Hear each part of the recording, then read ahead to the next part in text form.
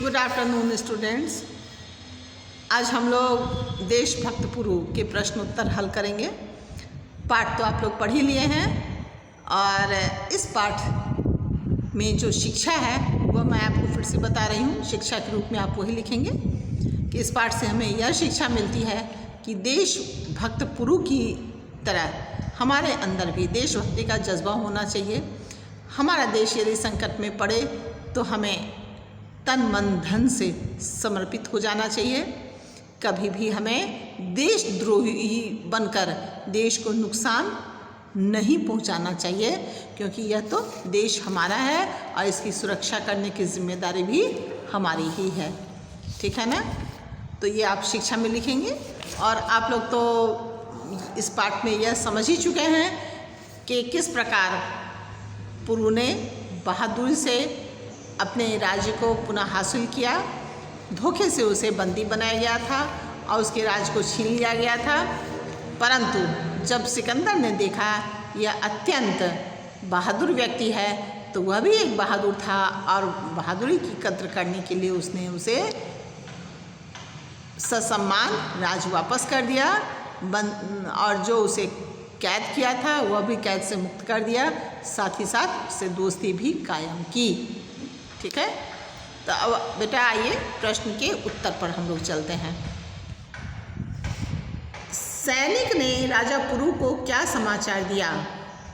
तो आप इसमें लिखेंगे, दो तरह की बातें लिखेंगे कि सैनिक ने राजा पुरु को यह समाचार दिया कि महाराज सिकंदर की सेना सिंधु पार कर चुकी है।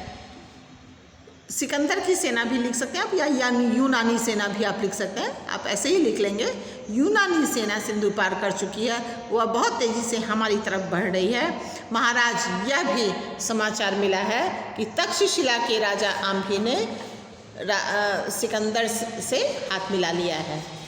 ठीक है? इसको आप इस प्रकार लिखेंगे। सिकंदर के दूत ने पुरु को क्या सलाह दी? तो इसके उत्तर में आप इस प्रकार लिखेंगे कि सिकंदर के दूत ने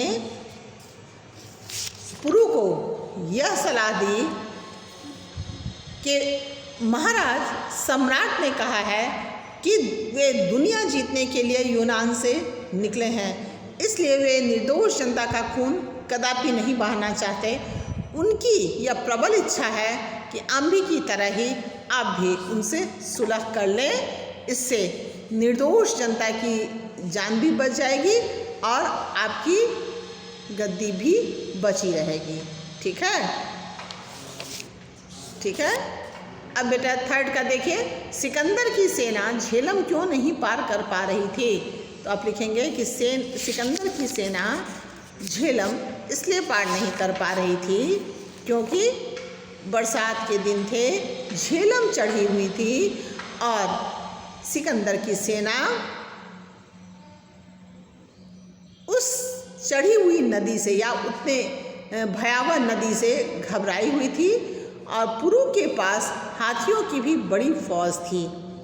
सिकंदर के सैनिक हाथियों का मुकाबला करने से डर रहे थे। ठीक है? इसीलिए सिकंदर की सेना झेलम पार नहीं कर पा रही थी।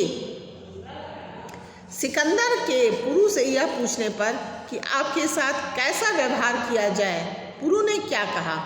सिकंदर के पुरु से यह पूछने पर कि आपके साथ कैसा व्यवहार किया जाए, पुरु ने कहा कि मेरे साथ बिल्कुल वैसा ही व्यवहार किया जाए जैसा एक राजा के साथ किया जाता है। ठीक है? इसको फिर से एक बार सुनिए। सिकंदर के पुरु से यह पूछने पर कि आपके साथ कैसा व्यवहार किया जाए, पुरु ने क्या कहा? तो सिकंदर के पुरु से यह पूछने पर कि आपके साथ कैसा व्यवहार किया जाए, पुरु ने अत्यंत स्वाभिमान के साथ जवाब देते हुए कहा कि मेरे साथ बिल्कुल वैसा ही व्यवहार किया जाए जैसा एक राजा दूसरे राजा के साथ करता है। ठीक है? अब आप देखिए ध्यान से, ये प्रश्न के उत्तर मैंने आपको बता दिए। आपने बहुविकल्पी प्रश्न उत्तर बना लिए होंगे, आपने वाक्य प्रयोग भी बना लिया होगा और मैं आपसे बार बार कहती हूँ कि आप अपने कार्य मुझे ज़रूर दिखाएं, आप ग्रुप पर भेजें, मैं चेक करके आपको हमेशा देती हूँ। तो आप इस प्रश्न यानी इस पाठ के प्रश्नोत्तर भी लिखकर मुझे ज़रूर भेजेंगे, ठीक है। अपने सम्राट से यह कहना कि हम उसे हारना सिखा देंगे, किसने किससे कहा? तो पुरु ने सिकंदर के दूत से, सिर्फ आप दूत नहीं लिखेंगे, सिकंदर के दूत से कहा। क्या वे यह नहीं जानते कि हमारी सेना कितनी बड़ी है? तो ये सिकंदर ने अपने दूत से कहा, ठीक है। हमारे जवान पुरु के हाथियों से घबराए हुए हैं। तो सेल्यूकस ने सिकंदर से कहा। रस्सी जल गई पर ऐंठ नहीं गई, आंधी ने सिकंदर से कहा, ठीक है। अब यहाँ देखिए छठे प्रश्न के उत्तर में क में आपको मैंने अभी क्लास में करवाया है। क में आप गलत करेंगे। राजा आंधी पुरु के साथ युद्ध लड़ रहा था, उसको आप क्रॉस करेंगे। पुरु ने सिकंदर के दूत से कहा कि वह लड़ाई के मैदान में ही सिकंदर का स्वागत करेगा। बिल्कुल सही करेंगे।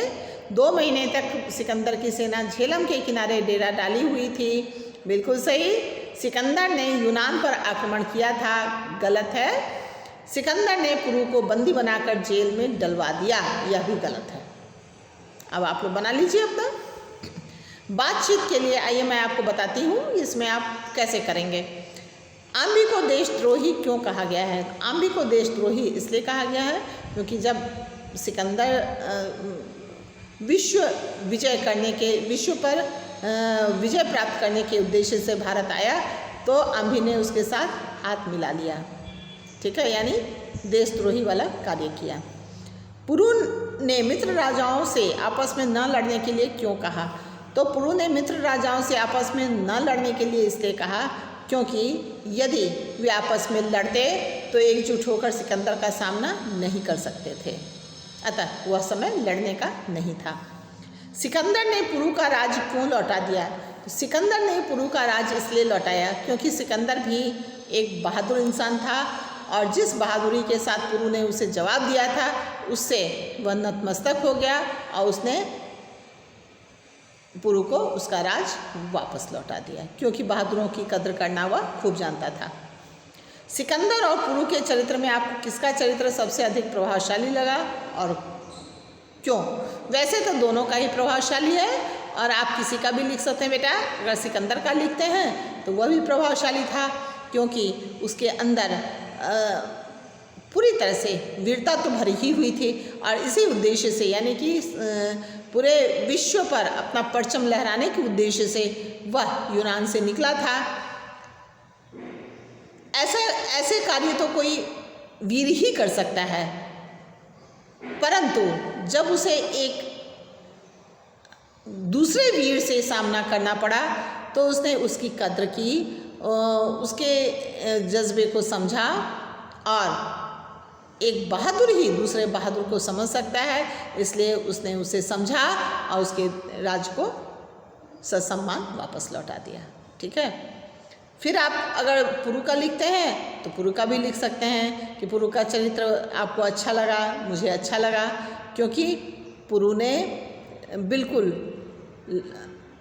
अपने जान की परवाह ना करते हुए, किसी भी लोभ लालच में ना पड़ते हुए अपने राज्य की सुरक्षा करने के लिए युद्ध करने की बात मन में ठानी और जब उसे धोखे से कैद किया गया तो उसने बहुत ही दिलेरी से जवाब दिया, ठीक है। अब आइए बेटा, अनुमान और कल्पना। क्या होता अगर सिकंदर ने रात को आक्रमण ना किया होता? तो अगर सिकंदर ने रात को आक्रमण ना किया होता तो शायद पुरु को बंदी नहीं बना पाता। क्या होता अगर सिकंदर पुरु को बंदी बनाकर जेल में डाल देता? तो अगर सिकंदर पुरु को बंदी बनाकर जेल में डाल देता तो वह सिकंदर महान कभी नहीं कहलाता, चारों तरफ उसकी बदनामी होती और जो उसे प्रतिष्ठा मिली वह नहीं मिल पाती, ठीक है। अब है वाक्य प्रयोग, आप लोगों को मैंने बता दिया था, वे तो आप बनाए होंगे और इसमें विराम चिन्हों को मैंने क्लास के दौरान बताया है, आप लगा के इसे पूरा कर लेंगे। और पुरु एक देशभक्त राजा था और आंधी एक देशद्रोही देशभक्त की कोई 5 विशेषताएं बताइए। देशभक्त कैसे होते हैं कि देशभक्त बड़े साहसी होते हैं, उनमें देशभक्ति की भावना कूट कूट कर भरी होती है, वे बड़े स्वाभिमानी होते हैं, वे महत्वाकांक्षी होते हैं, अपने देश के लिए आन बान शान लगा देते हैं, तन मन से देश पर समर्पित रहते हैं। उनका साहस और स्वाभिमान देखने योग्य होता है। ठीक है, इस तरह से और भी बहुत से गुण होते हैं, तो आप लिख सकते हैं। और पुरु एक साहसी और स्वाभिमानी राजा था। क्या आप भी इन गुणों को अपने अंदर उतारना चाहेंगे? एक प्रश्न है।